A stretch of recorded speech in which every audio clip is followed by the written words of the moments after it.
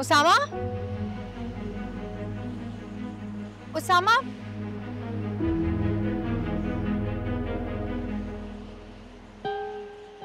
क्या हुआ? नहीं नहीं कुछ नहीं। तुम चीखी क्यों? मैं सामने ही था। वो पाँव हल्का सा मुड़ गया था और मुझे लगा तुम शायद कहीं चले गए हो। भाई हम कहाँ जा सकते हैं? हमारे पास ऑप्शन ही क्या है? खैर ऑप्शन तो था तुम्हारे पास, तुमने खुद ही उसे ठुकरा दिया। देखो, वो ना तो मेरा मुकद्दर थी ना ही मेरा नसीब। वैसे एक बात बताओ, तुमने इतनी जल्दी शादी के लिए हाँ क्यों कर दी? मुझे भी यही लगता था कि तुम अलिशबा को पसंद करते हो। यार वो तो ज़ारा की वजह से की थी। तुम्हें अभी भी यही लगता है कैसा? कि मैं और अलिशबा? हाँ, थोड़ा थोड़ा डाउट तो है मुझे कि कुछ नहीं, तंग कर रही हूँ तुम्हें। वो देखो रेनबो। कहाँ? वो देखो, इतना प्यारा नजारा है ना। वैसे जब तुम साथ होती हो नज़ारा और मंजर दोनों प्यारे ही लगता है। कहाँ से लाते हो तुम रोज ऐसी नई नई बातें? बड़ी मेहनत लगती है यार, सारी रात बैठ के सोचता हूँ, फिर आती है इतनी इंटरेस्टिंग बातें।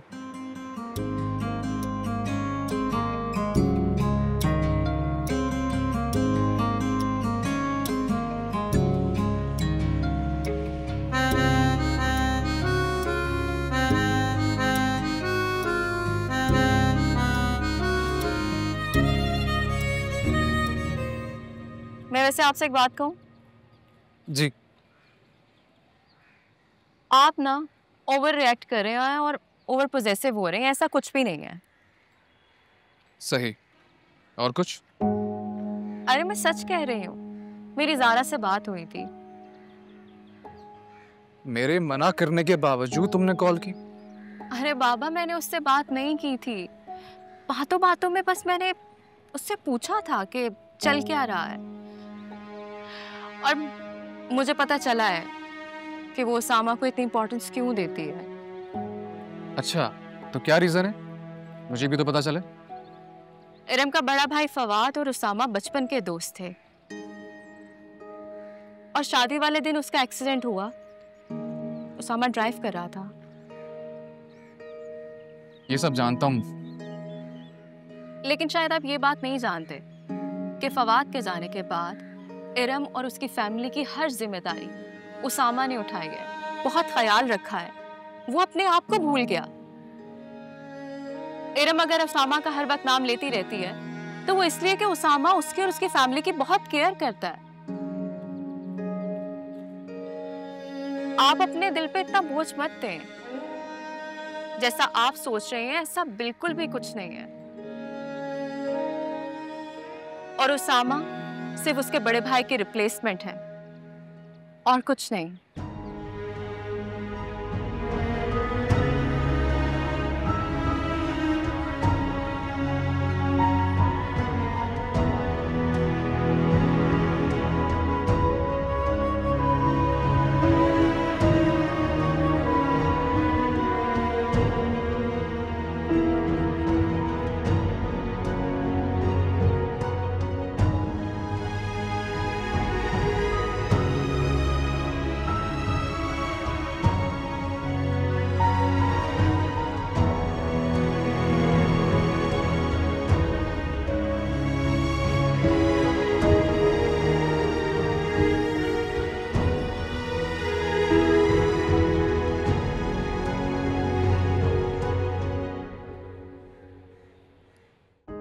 ताहिर, ये लो।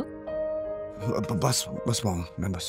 क्यों, क्या हो गया? तुम्हारे फेवरेट कबाब बनाए हैं मैंने। पहले तो तुम्हारा हाथ नहीं रुकता था और अब तुम कुछ खा ही नहीं रहे। एक्चुअली मैंने लंच बहुत हेवी किया था, बिल्कुल दिल नहीं कर रहा। बाद में खा लूंगा। तो कोई बात नहीं, वॉक कर लेना। ओके। सुनो, वो 3-4 दिन हो गए हैं, जवाद की फैमिली से कोई जवाब नहीं आया? कांटेक्ट नहीं किया क्या उन लोगों ने तुमसे? मैं चाह रही थी कि नेक्स्ट वीकेंड पे उनको डिनर पे इनवाइट कर लेते हैं। नहीं मॉम, आप अपने तौर पे कोई और रिश्ता देख लें, जवाद को रहने दें।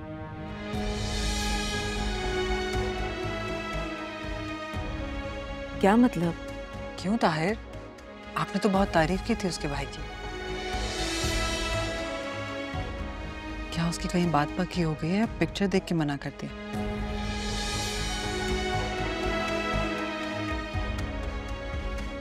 Excuse me.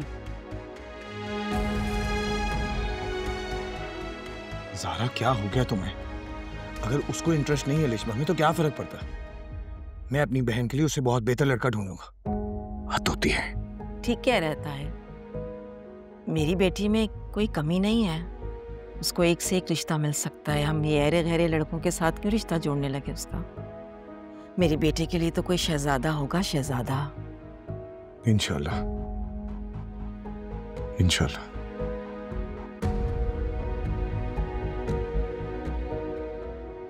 उसके सामने ही बात है करने में। हद होती है ज़ारा, तुम भी बहुत ही बेवकूफ हो। क्या सोच रहे हो? कुछ नहीं। कभी इतने चुप क्यों हो? यार वो इरम का मैसेज आया था, बहुत रिक्वेस्ट करी थी कि मैं एक हफ्ता और उसे ड्राइविंग सिखा दूं। तो फिर तुमने क्या कहा? मैं तो उससे पहले ही मना कर चुका था। I just don't want to sound rude. बताओ ना, मैं उसे किस तरह मना करूं? मैं तुम्हें क्या बताऊं? मुझे तो ये समझ नहीं आ रही है कि जब तुमने उसे एक दफा मना कर दिया है, वो तुम्हें बार बार फोर्स क्यों कर रही है? वो फोर्स नहीं कर रही, रिक्वेस्ट कर रही है बेचारी। तो बेचारी की बात मान लो। कैसे मान लूं उसकी बात जब तुमने मुझे मना किया हुआ है, और तुम्हारी मर्जी के बगैर तो मैं उसकी मदद नहीं कर सकता ना। तो अब किस चीज की जरूरत है उसे? क्या मदद चाहिए रम को अब? मामा मैं उसको ड्राइविंग सिखा रहा था, तो वो चाह रही है कि मैं एक हफ्ता उसे और कंटिन्यू कर लूं। उसके बाप को इल्म है इस बात का? आपको मैंने और आपके बाबा ने कितनी बार समझाया उसामा कि आपने वहां नहीं जाना। हम घर तो नहीं जा रहे, ड्राइविंग तो रोड पे सिखाई जाती है ना। उसके बाप से कहो ना, वो सिखाएगा उससे ड्राइविंग।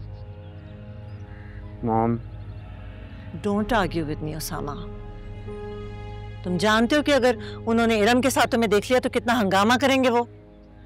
उनकी जबान को तो कोई लगाम ही नहीं है, कोई भी इल्जाम लगा देंगे। और तुम अभी तक अपने सर्वाइवर्स गिल्ट में हो और उनकी नफरत में रत्ती बराबर भी कमी नहीं हुई है। क्यों इजाफा करना चाहते हो उनकी नफरत में? नूर, समझाओ इसे। हुमानी, मैं क्या समझाऊं? तो बोल बोल के भी थक गई हूँ, क्योंकि उसामा ने करना तो वही है जो उसका दिल करेगा।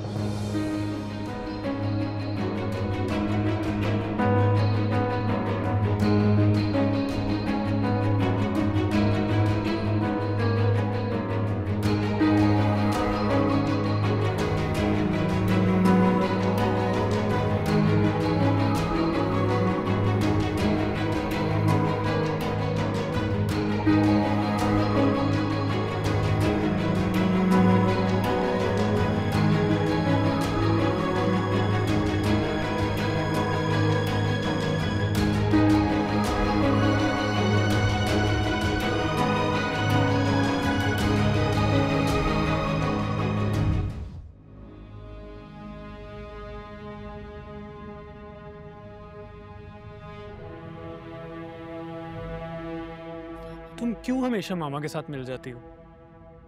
मुझे सपोर्ट नहीं कर सकती जिस तरह मैं तुम्हें सपोर्ट करता हूँ? तो और क्या कर रही थी मैं? ये जो उनकी हाँ में हाँ मिला रही थी, ये मुझे सपोर्ट कर रही थी।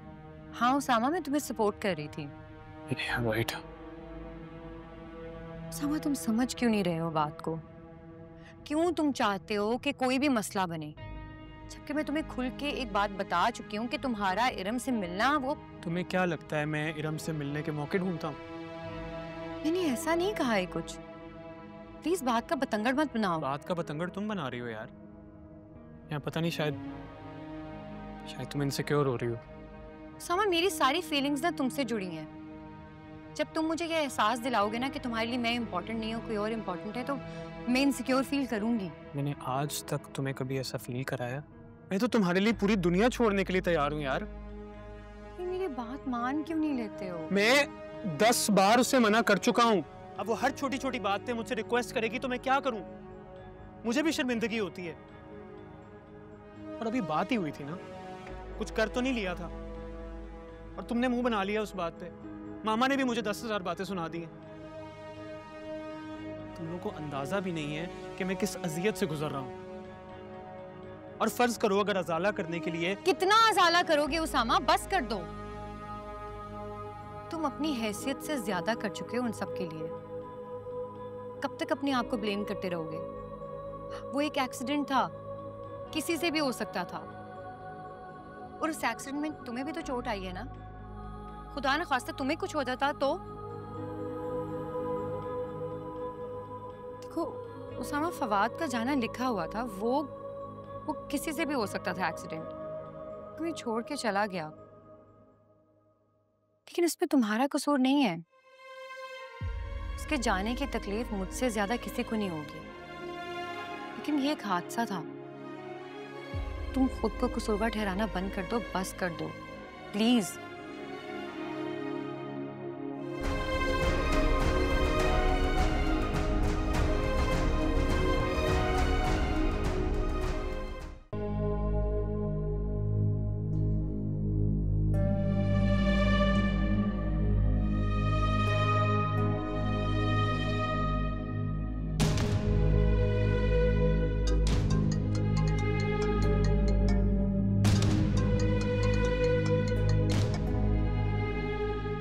हेलो इरम,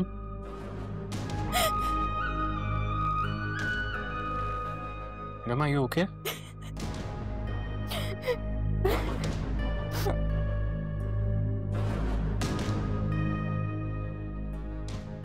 इरम तुम रो रही हो? क्या हुआ है यार, बताओ। क्योंकि मेरे पास सिर्फ ये आंसू हैं इरम मसला क्या हुआ है यार? जिन पर मेरा इख्तियार है, वरना मैं इतनी बेबस हूं ना कि। पुप्पो ने कुछ कहा है तुम्हें? राशिद अंकल ने तो नहीं बोला कुछ? वलीद से लड़ाई हुई है यार? इरम तुम मुझे बताओगी नहीं तो मसला किस तरह पता चलेगा? बात तो करो एटलीस्ट।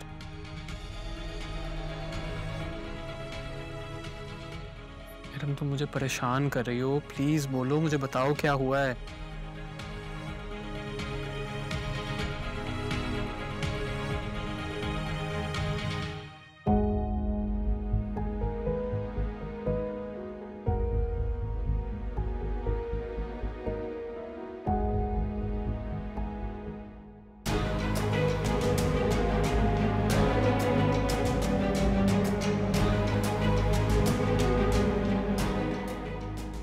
समझते क्या है आप?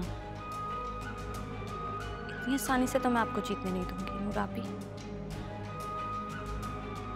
अम्मी से मुझे जलील करवाया ना आपने, उसका दुगना मैं आपको सामा से जलील करवाऊंगी। अब आप देखिएगा।